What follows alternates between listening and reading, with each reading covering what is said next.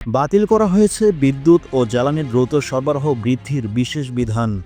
উপদেষ্টা পরিষদের অনুমোদনের পর গত বৃহস্পতিবার আইনটি বাতিল করে অধ্যাদেশ জারি করে রাষ্ট্রপতি। এর আগে গত ২০ নভেম্বর বিদ্যুৎ ও জ্বালানি দ্রুত সরবরাহ বৃদ্ধি রহিতকরণ অধ্যাদেশ ২০২৪ জারির প্রস্তাব নীতিগত ও চূড়ান্ত অনুমোদন দেয় উপদেষ্টা পরিষদ।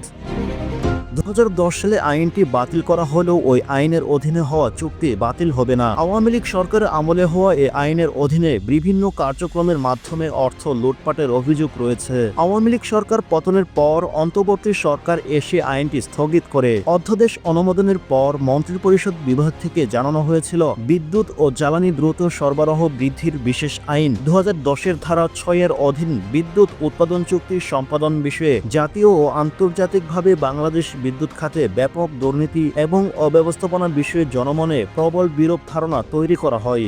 টিম টিআরসি হৃদয়ে ধারণ করে বাংলাদেশ দ্য রিয়েল কনসালটেশন, স্বচ্ছ ভ্যাট আইনে দক্ষ ন্যায্য ভ্যাট প্রদানে। গত ১৪ নভেম্বর বিদ্যুৎ ও জ্বালানি দ্রুত সরবরাহ বৃদ্ধির বিশেষ আইন ২০১০-এর ধারা ৬-৯ হাইকোর্ট বিভাগে অবৈধ ঘোষণা করেন।